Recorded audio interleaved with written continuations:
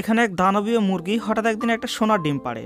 তারপর সে খুশিতে সেই ডিমে নিয়মিত তা দেয়।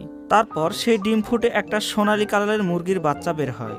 এবার মা মুরগিটা খুব খুশিতে তাকে যত্ন সহকারে নিয়মিত খাবার খেতে দেয়। কিন্তু শহরের কিছু দুষ্টু লোক এই মুরগির সন্ধান পায় আর এই বনে সে মুরগির খোঁজে চলে আসে আর এই বিশাল মুরগিটাকে বেঁধে শহরে নিয়ে চলে যায়।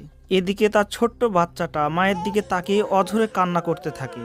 তার এই কান্না দেখে দূর থেকে একটা খরগোশ এসে তাকে কোলে নেয়। তারপর নিজের ঘরে নিয়ে কিছু ভুট্টা খেতে দেয়। অন্যদিকে বিশাল মুরগিটাকে নিয়ে দুষ্টু চক্র শহরে পৌঁছে গেছে।